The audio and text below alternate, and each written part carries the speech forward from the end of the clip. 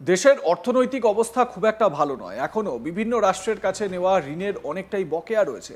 এই পরিস্থিতিতে মোট ১৬টি ট্রেন ভাড়া করছে মোহাম্মদ ইউনূসের নেতৃত্বাধীন বাংলাদেশের অন্তর্বর্তী সরকার।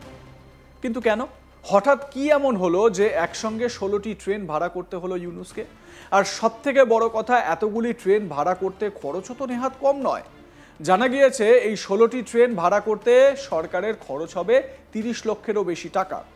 ভারতে কোথায়, মানে কি জন্য এই টাকা খরচ করা হবে এবং কার জন্য, কোন দেশে কাদের থেকে হাত পাতা হবে? ৩০ লক্ষ টাকা দিয়ে শুধু ট্রেন ভাড়া করা হচ্ছে। যেটা জানা যাচ্ছে ২০২৫-এ দেশের জাতীয় সংসদের সামনে মানিক মিয়া অ্যাভিনিউতে পড়ে শোনানো হবে জুলাই সনদপত্র বা ঘোষণাপত্র।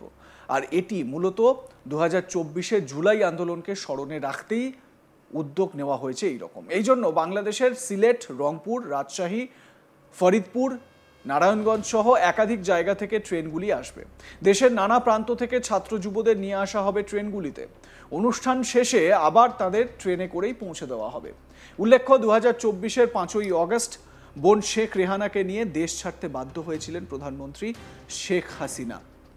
একদিন পরেই এই বর্ষপূর্তি, শেখ হাসিনার বাংলাদেশ ছাড়ার বর্ষপূর্তি। জুলাই আন্দোলনের জেরেই শেষ পর্যন্ত শেখ হাসিনাকে দেশ ছাড়তে হয়েছে বলেই মনে করে অন্তর্বর্তী সরকার সহ দেশের ছাত্র যুবরা। আর তাই ক্ষমতায় এসে অন্তর্বর্তী সরকার ১ বছর পূর্ণ করার পর জুলাই আন্দোলনের স্মৃতিকে জিয়ে রাখতে চায়। সেই জন্যই এই ট্রেন ভাড়া করার উদ্যোগ বলে জানা গিয়েছে। প্রথম আলোর প্রতিবেদন অনুযায়ী মঙ্গলবার সকাল বা দুপুরের মধ্যে ১৬টি ট্রেনে করে দেশের বিভিন্ন প্রান্ত থেকে ছাত্র যুবদের আনা হবে ঢাকায়। রাজশাহী, রংপুর, ফরিদপুর, সিলেট, নারায়ণগঞ্জ সহ একাধিক জায়গা থেকে ট্রেনগুলি আসবে। অনুষ্ঠান শেষে তাদের আবার গন্তব্যে পৌঁছে দেওয়া হবে। জানা গেছে এই ট্রেন ভাড়া করতে খরচ পড়বে প্রায় ৩০,৪৬,০০০ টাকা। এই টাকা মেটানো হবে মুক্তিযুদ্ধ বিষয়ক মন্ত্রক থেকে। রবিবারই জুলাই গণ অভ্যুত্থান দফতর চিঠি দিয়ে জানায় মুক্তিযুদ্ধ বিষয়ক মন্ত্রককে। যদিও ইউনূস প্রথম নন, শেখ হাসিনার আওয়ামী লীগ ক্ষমতায় থাকার সময়ও বড় সভা সমাবেশ থাকলে ট্রেন ভাড়া করে লোকজন নিয়ে আসা হতো। আওয়ামী লীগ সরকারের পতনের পর সেই ট্র্যাডিশন ধরে রেখেছে জামাতে ইসলামী ও বিএনপি। এবার সেই পথে হাঁটল মোহাম্মদ ইউনূসের অন্তর্বর্তী সরকারও।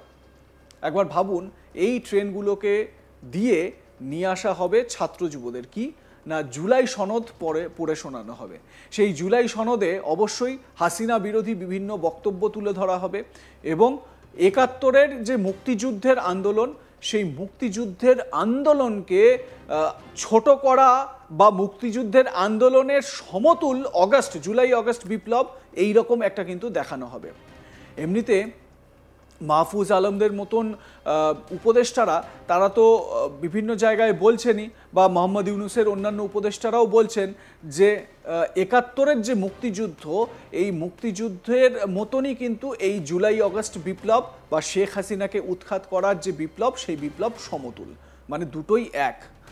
অন্যদিকে তার এক উপদেষ্টা, মানে মোহাম্মদ ইউনূসের উপদেষ্টা মণ্ডলীর এক উপদেষ্টা আসিফ নজরুল, যিনি আইন উপদেষ্টা, তিনি সম্প্রতি বলেছেন যে ৭১-এ মুক্তিযুদ্ধের সময়কালে পাকিস্তানি সেনা বাংলাদেশের মা বোনেদের যে ইজ্জত নিয়েছে, হত্যালীলা চালিয়েছে, সেটা নাকি খুব একটা বড় বিষয় নয়। যেই কাণ্ডটা বর্তমানে, মানে হাসিনার সময় যেটা হয়েছে জুলাই অগস্ট বিপ্লব চলাকালীন, সেটা নাকি সেই ৭১-এর সময়ের থেকেও নাকি ভয়ঙ্কর।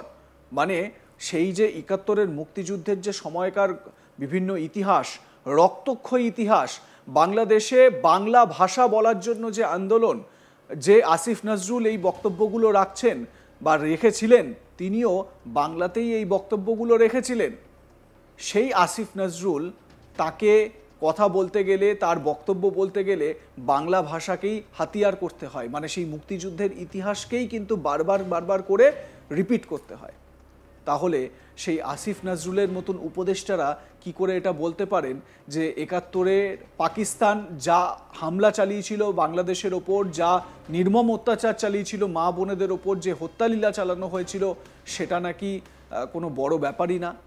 যদিও পরে অবশ্য নিজের প্রলাপ বকেছেন এটা বুঝতে পেরে একটা ক্ষমা প্রার্থনা টাইপের বক্তব্যও তিনি সামনে রাখেন, কিন্তু প্রশ্ন হচ্ছে যে বাংলাদেশে কি স্বাভাবিক স্থিতি আর ফিরে আসবে?